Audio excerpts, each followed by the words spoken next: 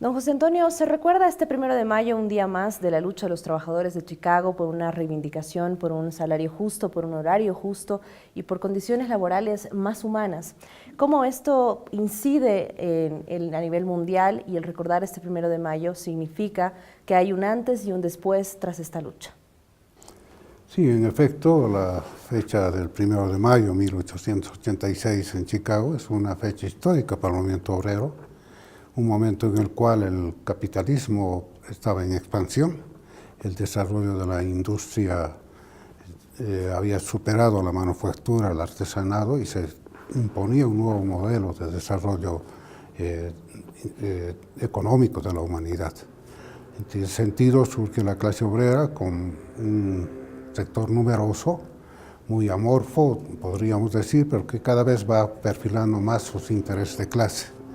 Y inicia su lucha por reivindicaciones tan elementales como la jornada de 8 horas de trabajo, la prohibición del trabajo infantil, del trabajo de las mujeres, y poco a poco se va ensanchando. Creo que el surgimiento del proletariado es un jalón histórico del siglo XIX-XX que realmente ha motivado que la clase obrera aspire a mejores condiciones de vida, de justicia, y también se plantea un nuevo modo de vida y organización de la humanidad, como es el socialismo y el comunismo.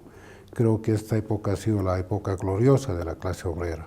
Hoy vivimos una otra realidad, la clase obrera ha diseminado sus ideas, sus ideales, el modelo de producción industrial ha caído en decadencia, al contrario, con la imposición de los modelos neoliberales a nivel mundial prácticamente hay un momento en que se impuso la economía del mercado, donde la productividad ya no era lo básico y el rol del Estado se redujo a lo mínimo. Sin embargo, creo que el 1 de mayo y la lucha de los trabajadores ha dado a la humanidad una perspectiva de futuro mejor y creo que hay que seguir insistiendo en esos ideales. En el caso puntual de nuestro país, en abril del 52 existe un punto de inflexión y es cuando nace la Central Obrera Boliviana, que desde aquel entonces lucha por las reivindicaciones laborales. ¿Cómo podríamos nosotros recordar ese punto de inflexión precisamente? Tal vez habría que señalar que en Bolivia el modelo industrial de capitalismo se introduce a principios del siglo XX, básicamente a través de la actividad minera, y los elementos que hacen a esta actividad, como es la implantación de los ferrocarriles. Ahí surge una clase obrera que reivindica el carácter reivindicativo de los trabajadores, la jornada de 8 horas de trabajo, el pago por accidentes de trabajo, la implantación de las escuelas en los campamentos mineros y finalmente toda esa lucha de principios del siglo XX culminan en la dictación de la Ley General del Trabajo en el gobierno del socialismo militar del teniente coronel Germán Busch. Entonces ahí la clase obrera puede demostrarse que realmente logró acumular una fuerza histórica que le permitió la dictación de esta ley y al contrario, o añadidamente podríamos decir, se logró la creación del Ministerio de Trabajo y el primer ministro fue un dirigente obrero. Por eso la insurgencia del 9 de abril tiene en el proletariado minero su columna vertebral. Son ellos que imponen después de la insurrección del 9 de abril, 9, 10 y 11, la dictación de la nacionalización de las minas, la implantación de la reforma agraria y también el voto universal. La clase central obrera boliviana en realidad nace un 17 de abril del 52 con esa aureola del triunfo revolucionario de la clase obrera y por eso ellos participan en el primer gobierno del MNR con 4 ministros e imponen un programa de lucha realmente revolucionario. Después del 52 se dan estas medidas, pero la clase obrera insiste en ese proyecto de sociedad.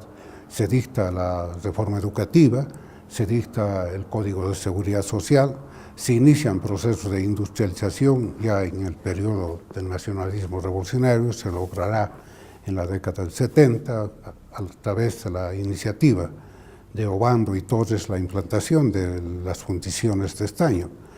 Sin embargo, la consolidación del poder minero en manos del Estado siempre fue una amenaza para el imperialismo norteamericano y a quienes querían someter todavía a Bolivia en una colonia y proveedora de materias primas.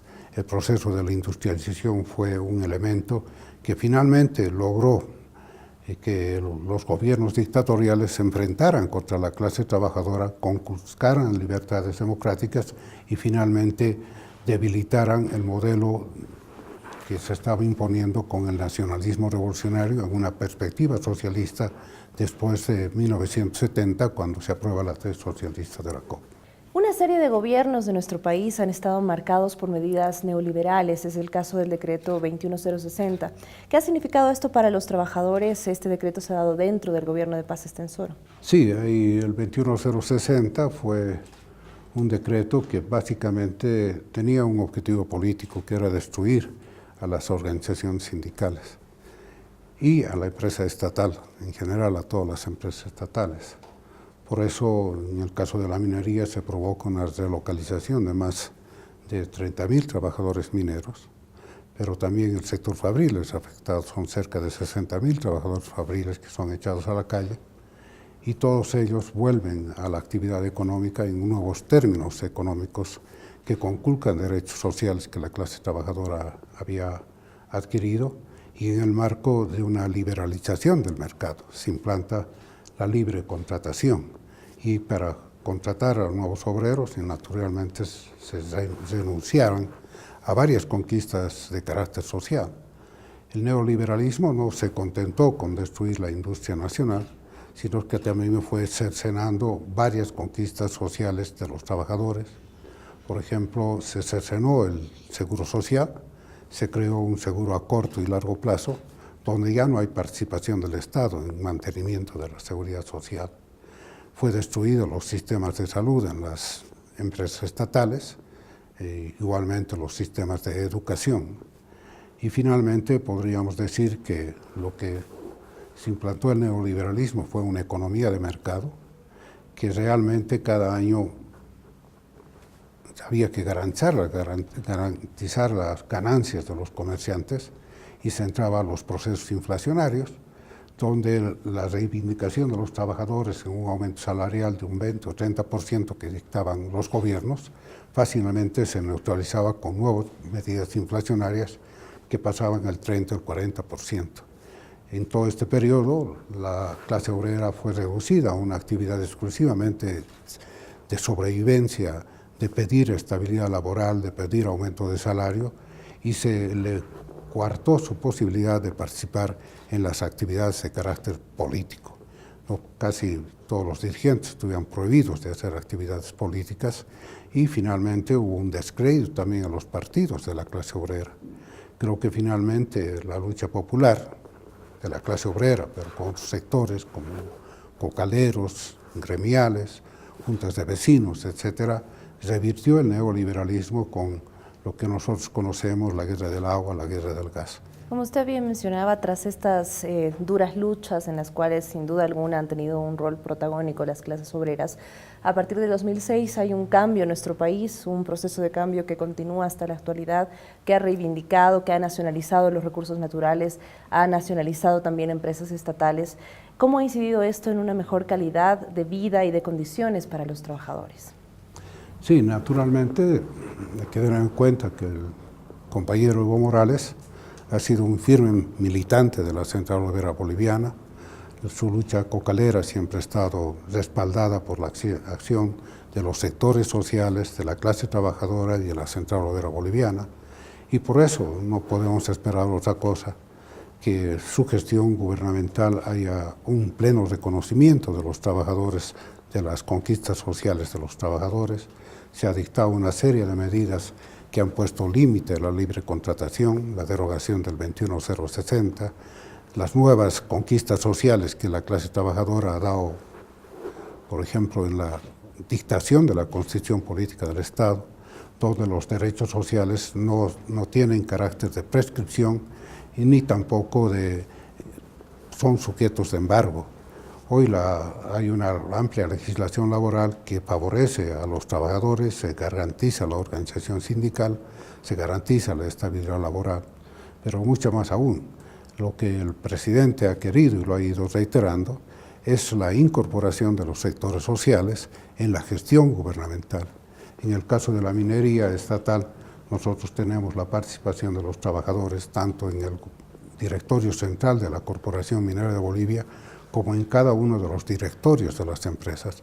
Por eso el manejo de la administración en la minería y en las empresas estatales son transparentes porque allí está el control social de los trabajadores.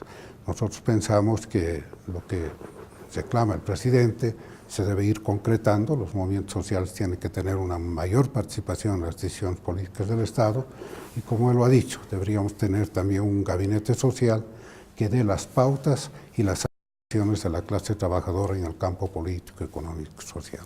¿Existe también un cambio en torno a las perspectivas de lo que quieren lograr la clase obrera, de lo que necesitan a partir del gobierno de Evo Morales? ¿Cómo es que ven ahora de este momento actual al futuro? El futuro de la clase trabajadora, el proletariado, está basada en el desarrollo de la industrialización. La base económica para la construcción de la clase trabajadora es el modelo de desarrollo industrial. Y el gobierno está cumpliendo estos objetivos. Hay procesos de industrialización, como en el caso de la cadena productiva de los hidrocarburos. También se está industrializando la agricultura, se está ampliando la infraestructura caminera, ferroviaria, el problema de los servicios públicos. Creo que está creando también una nueva clase obrera que está ligada directamente a la ciencia, la tecnología y el desarrollo.